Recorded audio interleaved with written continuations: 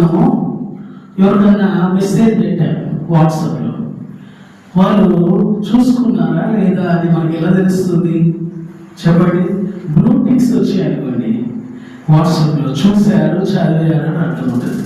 Suppose వారు blue ticks లేకుండా వారు చూసారా లేదా అని మనకి ఎలా ఉంటుంది? అబ్బా చూసారా లేదా, చదివారా లేదా, మనం పంపించిన మెసేజ్ ద్వారా ఏమంటారు మనకి రిప్లై ఇస్తారా ఇవ్వరా అనే ఆలోచన ఉంటుంది. మరి ఇప్పుడు దేవుడికి నువ్వు మొదలుపెట్టిన తర్వాత దేవుడికి ఏం చేయాలి? ఉత్తరం ఇవ్వాలి. అంటే ఆయన తిరిగి నీకు ఆన్సర్ చేయాలి. హల్లెలూయా. ఇది ఏంటి అంటే మనం ఒక మెసేజ్ పంపించాము, ఒక మెసేజ్ దేవుడు పంపిస్తే దేవుడు ఏం చేస్తాడు? తిరిగి రిప్లై చేస్తున్నాడు. హల్లెలూయా. తిరిగి మనకి ఏం చేస్తాడు? ఆన్సర్ పంపిస్తాడు.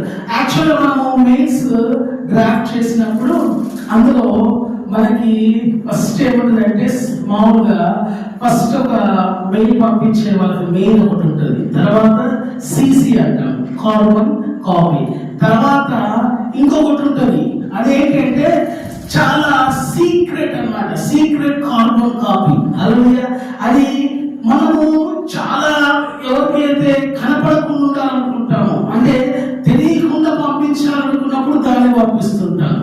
దేవుడు కూడా మనకు డైరెక్ట్ పంపించాడు, కొన్నిసార్లు కార్బన్ కాపీ ద్వారా పంపిస్తాడు, కొన్నిసార్లు సీక్రెట్ గా పంపిస్తుంటాడు మెసేజ్. మీకు చాలా సార్లు క్రైస్తవులకి మెయిల్స్ వస్తుంటాయి, దేవుడి దగ్గర నుంచి రిప్లైస్ వస్తుంటాయి, కానీ ఎంతమంది రిప్లై చదువుతున్నాను కదా?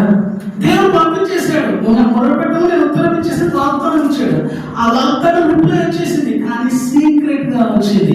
అది నీకు అర్థం కావట్లా. అప్పుడు నువ్వు ప్రతిసారి మెయిల్ చూస్తున్నావు, డైరెక్ట్ మెయిల్ వచ్చిందో చూస్తున్నావు, రావట్లేదు. కారణం ఏంటి? దేవుడు ఎలా పంపించాడు?